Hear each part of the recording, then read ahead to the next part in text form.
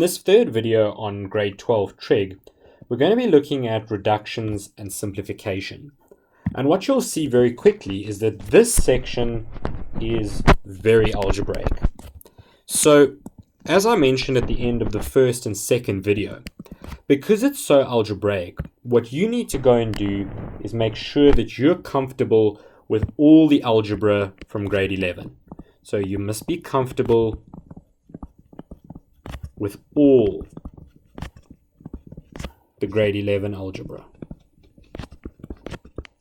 That includes all the types of factorizing, all the ideas with rational exponents, the quadratic formula, which we'll come back to when we deal with equations. But you need to be comfortable with everything that we've done last year, because basically what we're going to do is link everything that we've done with reductions and the cast diagram, all our co-ratios, as well as the new identities and our previous identities to those ideas that you learned last year in algebra. So let's start off then by looking at the first two questions, and you'll see that they're actually quite similar, and they both make use of this angle 22.5. Now some of you may pick up immediately what this 22.5 degrees is going to be used for, but for those of you who don't, I want you to think back to the previous video. Remember I told you to write down on the side of your page as soon as you start, write down your cast diagram, and once you're done that, write down your special angles. And you know that the special angles are obviously 30, 45, and 60. Those are our special angles. Now, we looked for combinations of everything in the cast diagram and the special angles to sort of figure out different angles in the previous questions, those diagram type questions. And we do the same thing over here.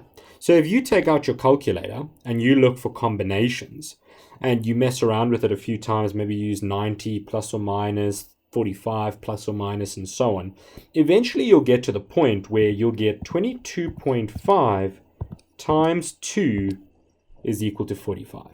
So we know that somewhere along the line, 22.5 as a double angle will give us 45 degrees. So that's where we want to work towards. So let's see how we can get to that.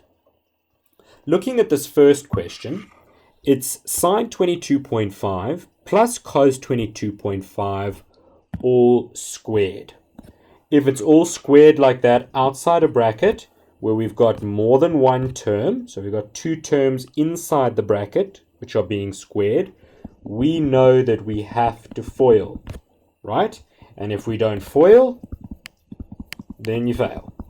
So just bear that in mind, please. So the answer here is going to be sine squared 22.5 plus 2 sine 22.5 cos 22.5.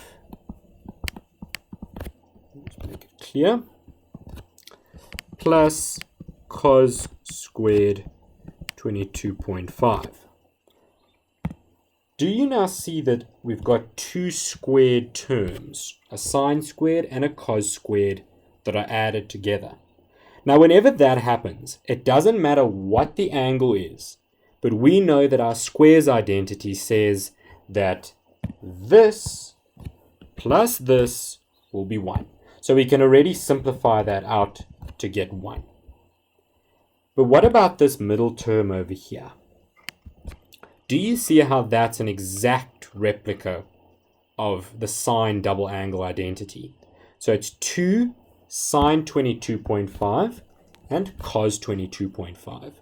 So when we simplify that, it will become sine of 2 times 22.5, which is 1 plus sine of 45. Because 2 times 22.5 is 45 as we got before. And that would give us an answer of 1 plus root 2 over 2. And if you wanted to simplify it a little bit more, you could maybe even change it to 2 plus root 2 over 2 using a lowest common denominator of 2. So that's a nice easy one. The biggest problem in this kind of a question will be that a lot of people won't FOIL. So just make sure that if you ever get something like that, that you are foiling it out properly. I did skip 1 or 2 steps when I did the foiling over here, but you're more than welcome to write it out fully so that you don't do anything that would result in you getting it wrong. Okay, let's have a look at the second example. Now the second example is a little bit easier actually. Let's get rid of that. The second example is a little bit easier. And if we look at this straight away, you'll see that we've got 1 minus root 2 sine 22.5 and root 2 sine 22.5 plus 1. Now, would you not agree with me straight away that because we've got a plus over here, the order actually doesn't matter? So I can rewrite this as 1 minus root 2 times sine of 22.5 and then 1 plus root 2 sine of 22.5. So basically all I've done is I've just swapped the two terms around, and because it's a plus it doesn't really matter. Now is where it gets interesting, because there's a minus, there's a plus, and we've got the same thing. We've got 1 and 1, and we've got root 2 22.5, root 2 22.5. So your mind should be immediately telling you that over here we've got dots. We've got a difference of 2 squares. So if that's the case, we can go ahead and use our rules of difference of 2 squares. So we take the first term, we square it, and we get 1. Then it's minus, and we take the second term and we square it. So root 2 squared simply gives us 2. And sine 22.5 all squared becomes sine squared 22.5. Does this not look exactly the same as our identity for the cos double angle? Because we know that cos 2 theta can be 1 minus 2 sine squared theta. So this would then become cos of 2 times 22.5, which would become cos of 45. And we know that cos of 45 is root 2 over 2.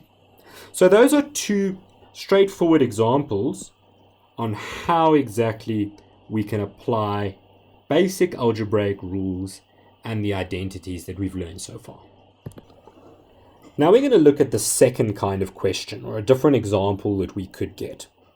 Now you look at something like this and you should immediately see that we've got sine 15 is equal to root 2 root 3 minus 1 all over 4.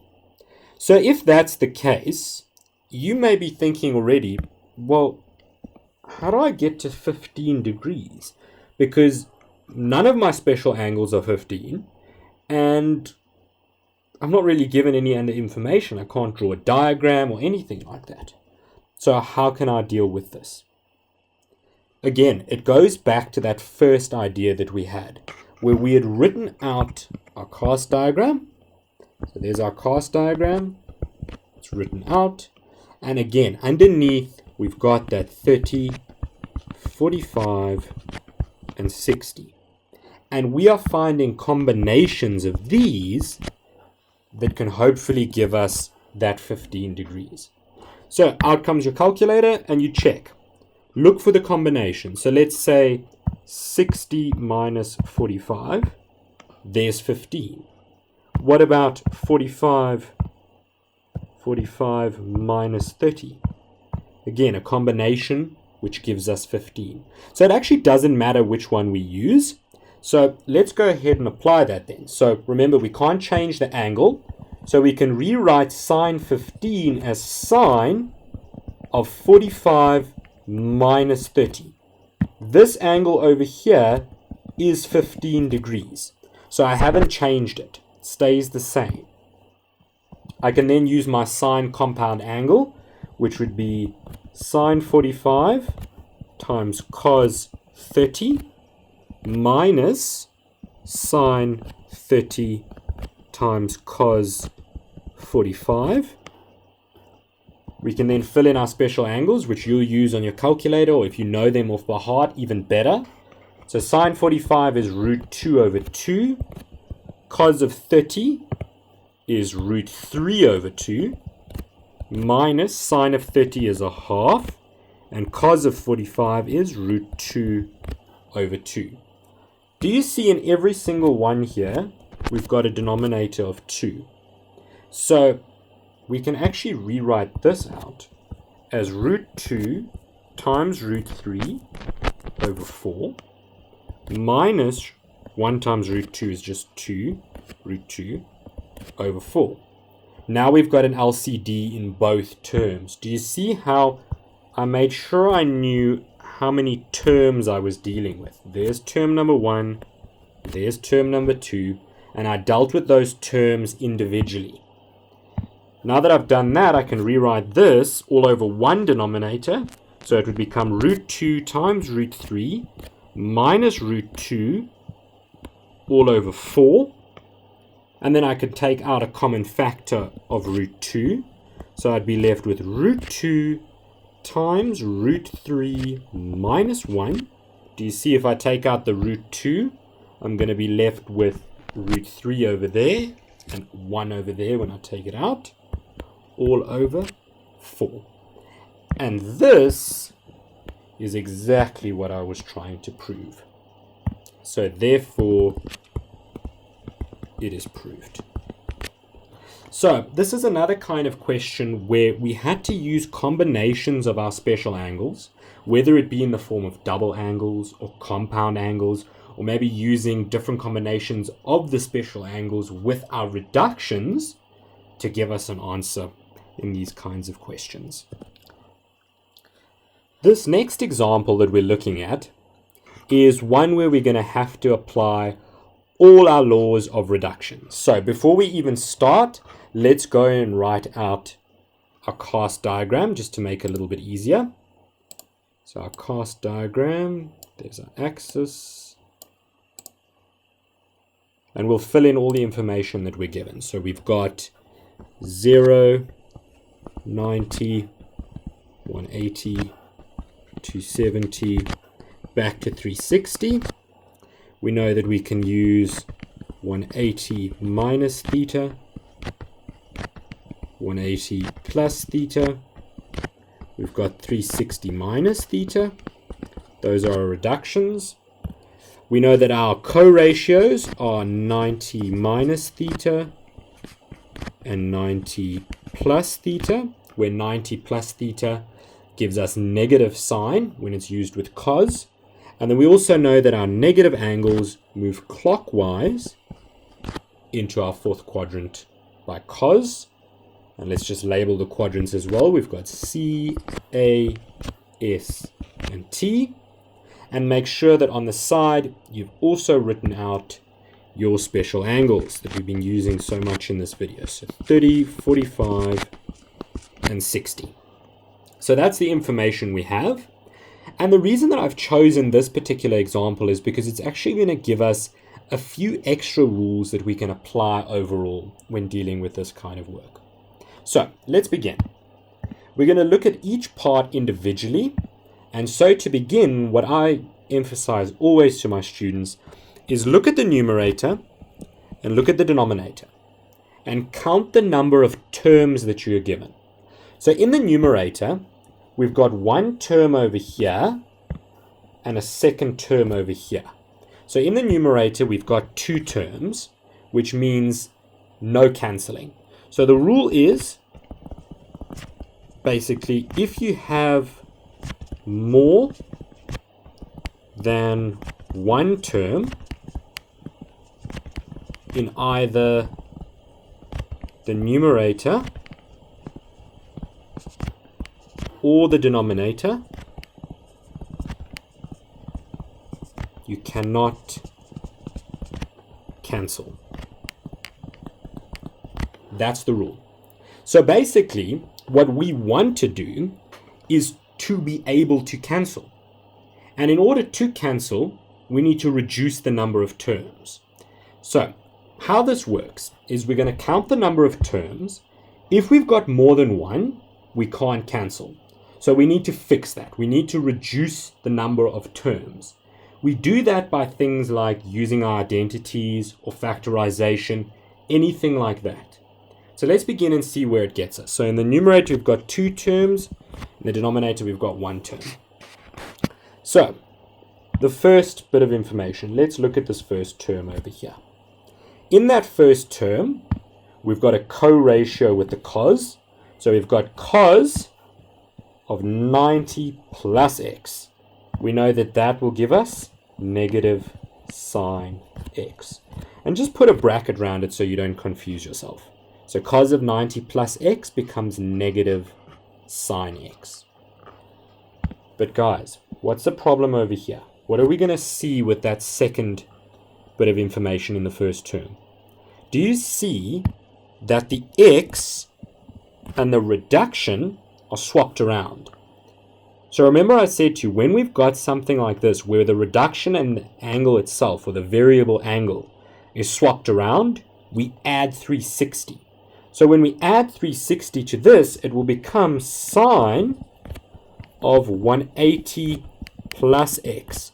And go back to the first video if you're not too sure what I mean by that. Sine 180 plus x.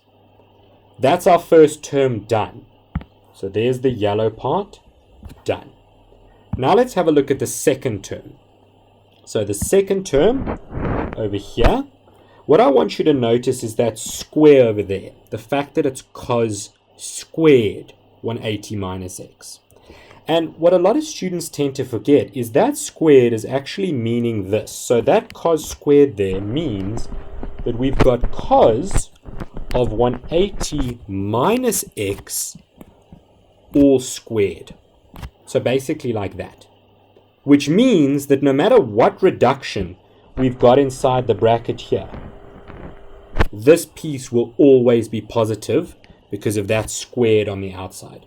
So anytime you see a squared like it is over here, just remember that that term will always be positive. So it doesn't matter the fact that it's 180 minus x, which is in this quadrant over here. The fact that it's squared makes it positive. So that negative over here, we put keep, and it becomes cos squared x. Okay, we don't change the sign. It stays positive. So a negative, which is over here, and a positive for this piece over here, negative and a positive, so it stays negative. Over, then it's cos minus 2x. So cos of minus 2x, we know, is a negative angle. This negative here moves us into the cos quadrant, where cos is positive. So we can actually just write that as cos 2x. Now we can go on to the next step. The negative sine x stays, and then we can simplify this bit over here. So we can simplify that, and you'll know that 180 plus x is in tan's quadrant, so it becomes negative sine x minus cos squared x, and we can split up that bottom term where it's cos 2x, and we'll just use the normal one because we're not too sure where we're going with this yet. So we could make it cos squared x minus sine squared x.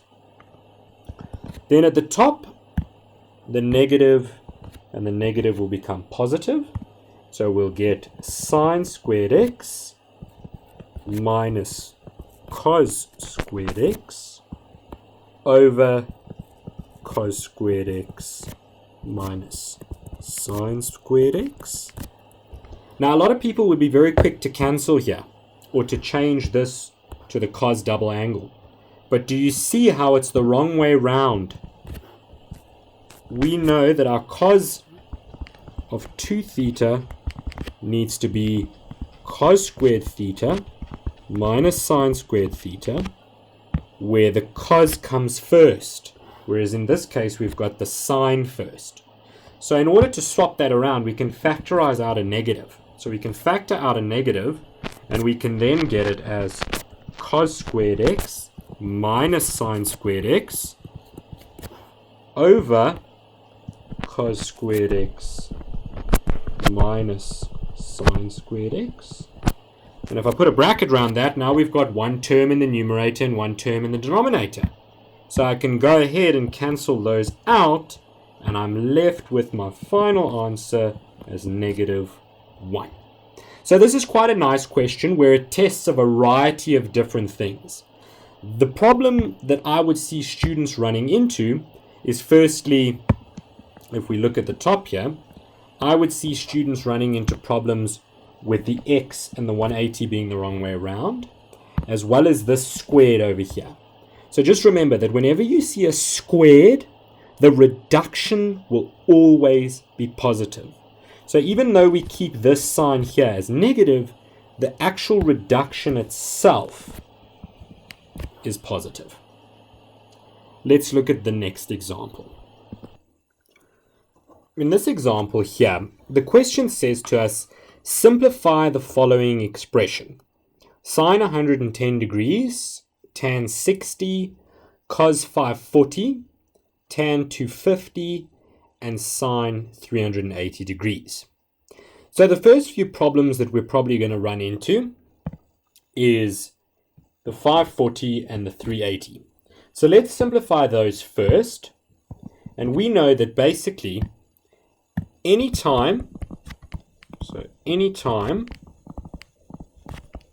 you have an angle over 360 degrees, what you do is you subtract 360 degrees.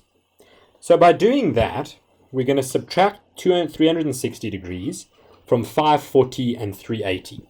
So we've got sine of 110 times tan of 60 degrees over, then 540 minus 360 gives us cos of 180 degrees times tan of 250 times sine, and now we deal with 380 minus 360, which gives us sine of 20.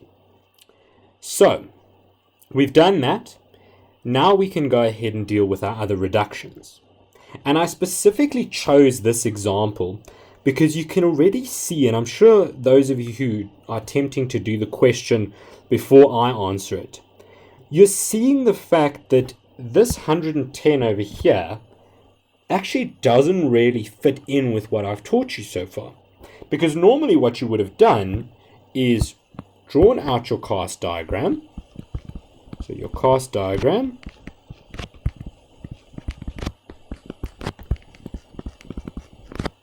and then you've also got your co-ratios, your 90 minus theta, your 90 plus theta, and your special angles. And I've said to you, you draw all that out, you get out your calculator, and then you start looking for combinations. So you would have seen, okay, 110 degrees, maybe 60 plus 45? Nope. What about maybe 180 minus 60? Nope. So where is this 110 coming from, and how am I going to deal with it? Well, guys, when you get a question like this, where you see that none of the combinations of this and this are working for you, generally what you're going to have to do is look for combinations within the question itself.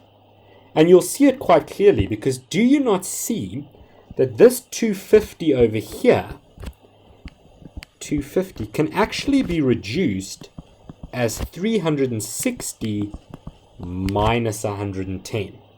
So do you see I used a combination of one of these, but I also used the 110 in the question. Now this kind of a question can be very, very difficult to see. And so what I suggest with you is find as many of these examples as possible and just practice them.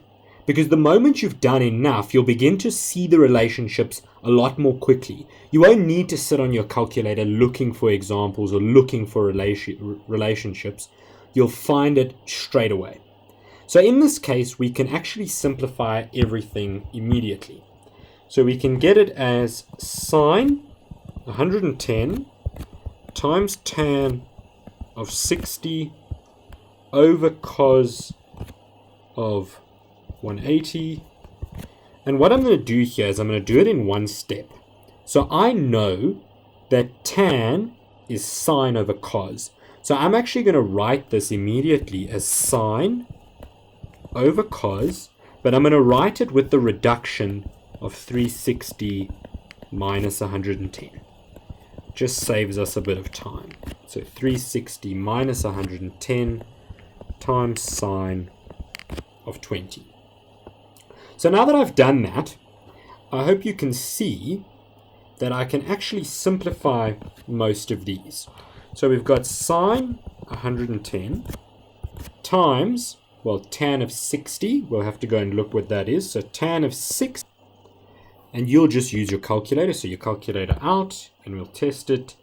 Tan of 60 degrees is root 3.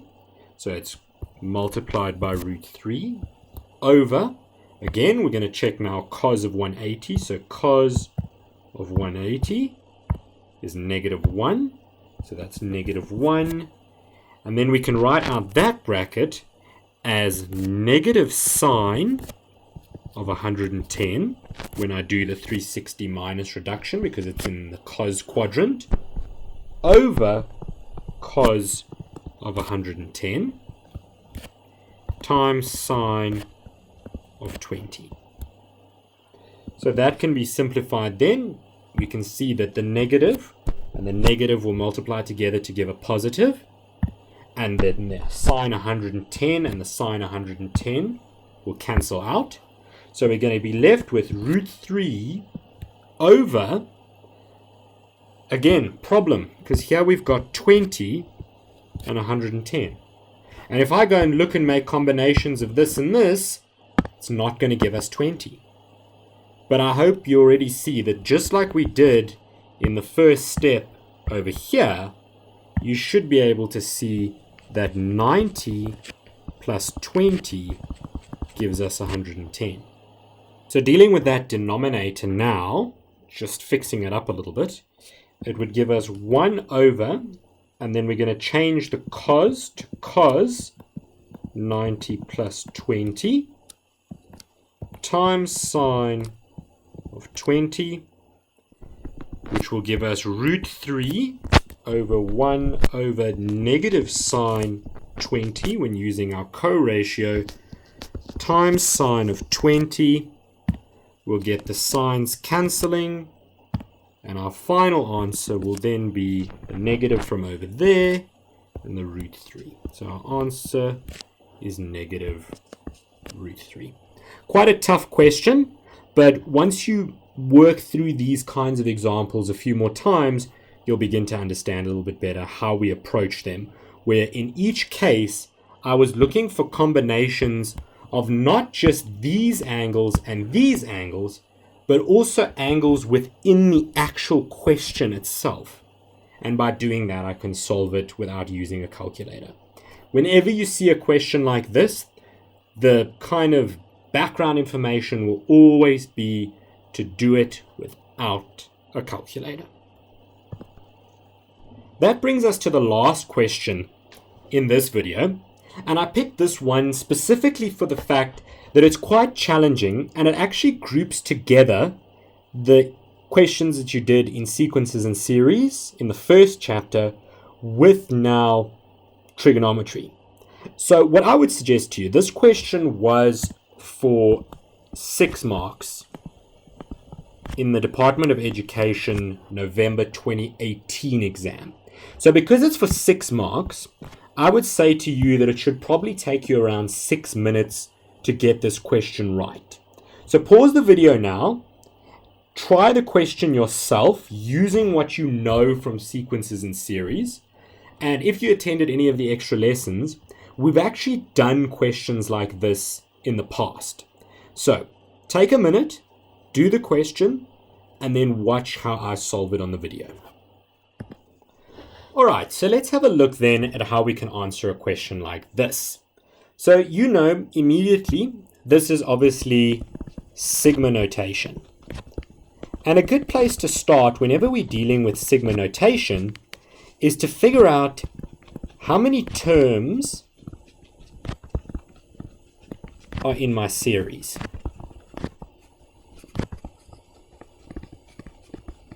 So how many terms are in the series? And we do that by using the formula top minus bottom plus 1. So in this case, it's going to be 52 degrees minus 38 degrees plus 1. And that gives us 15 terms. So that's the information that we're given. The second thing that we always dealt with when dealing with sigma notation is basically to just write out the given information. So we know that sigma notation as a whole in general is sort of used to summarize a series for us. It's almost like taking a long series where we're adding all these terms together and sort of condensing it down into something that's easy to read. So we need to expand on it. So you can maybe put in brackets here. We need to expand what we're given. So let's go ahead and expand it for ourselves. And if we do that, we're starting with 38 and we're going up to 52. So we would start with cos squared 38 plus cos squared 39 plus cos squared 40, and if we carried on going, eventually we'd get to cos squared 50 plus cos squared 51 plus cos squared 52, and that would be our final term. So this is the kind of series that we're dealing with. And looking at something like this, you may write it out and think to yourself, well, yeah, that's great and all, but how do I solve a question like this? Because this looks ridiculous, does it not? Well, guys, it's actually fairly straightforward if you use the idea that we have by basically using the combinations of reductions, and in this particular case we're going to use co-ratios and the squares identity. And I want you to see what happens if I use this. So would you not agree with me that I could actually write the number 52 out as this? I could write 52 as 90 minus 38. And again, something that you might have wanted to do in the beginning was actually check to yourself that 52, which is on the top of the sigma, plus 38 on the bottom, actually gives us 90. So that may have given you a clue in the beginning already as to what kind of question we were going to use, or what kind of technique or tool we would use when answering this question. So we could write that out as 90 minus 38. Then we could write this out as 90 minus 39 and 90 minus 40, and so on and so forth. And so when we do that, let me just write it out for you all in full. So cos squared 38 plus cos squared 39 plus all of these numbers plus cos squared, and then we'll use this one over here, 90 minus 39 and plus cos squared 90 minus 38. Now we know that those, because we've got a 90 and a 90, those are co-ratios, so I can change it to sine. So I'd have cos squared 38 plus cos squared 39, going on and on and on. but all of them would match up with a co-ratio. So this would change from cos squared to sine squared 39 plus sine squared 38. So you can see this matches with this matches with this, and it would be the same for 40, same for 41, same for 42. They would all match up going forward. The only difference would be that middle term, because remember, we've got 15 terms, so we haven't got an even set of terms. So because we've got 15 terms, we know that the middle number basically wouldn't help us out too much. That middle number would be left around at the end. And you'll see that if you do your calculation, that middle number will come out as cos squared 45. So that's kind of the middle number that won't have a pair like these two do. We also know that because they're paired and it's sine squared plus cos squared, there's going to be 1. It's going to equal 1. So we've got a pair, which means it's going to be 38, 38, 39, 39, 40, 40, so on and so forth. And there should be 7 pairs to give us 14, plus the 1 left over to give us 15. So the cos squared 38 plus sine squared 38 will give us 1, plus cos squared 39 sine squared 39 will give us 1, and then cos squared 40 plus sine squared 40 will give us 1. And we're going to do this until we get 7, because there will be 7 pairs. 7 times 2 is 14, plus the 1 in the middle, which is that cos squared 45. So 7 pairs of 1 will give us 7, plus cos squared 45, which we know is root 2 over 2 squared from our special angles. So it's 7 plus 2 over 4. And so our final answer will basically be 7 plus a half, which is 7 and a half. And I always like to write it as a mixed fraction. So 7 plus a half is 15 over 2. And so the summation here equals 15 over 2. So this was quite a tough question where we had to write it down, use a co-ratio, then use a square identity, and see how all of these terms sort of had a matching pair. And that matching pair would give us 1, but because we had an odd number of terms in 15, there'd be 1 left over in the middle, which turned out to be cos squared 45. And so when we added all of that up, we got 7 plus cos squared 45, which simplifies to our final answer. So quite a tough question, quite a long video as well, but hopefully going forward you'll be a little bit more confident with the trig sections, especially on the simplification stuff, because it can get difficult and you need to be able to bring together all the different aspects that you've been taught from the beginning of grade 11 all the way up until now when answering questions in your exam. So all the best for the next video.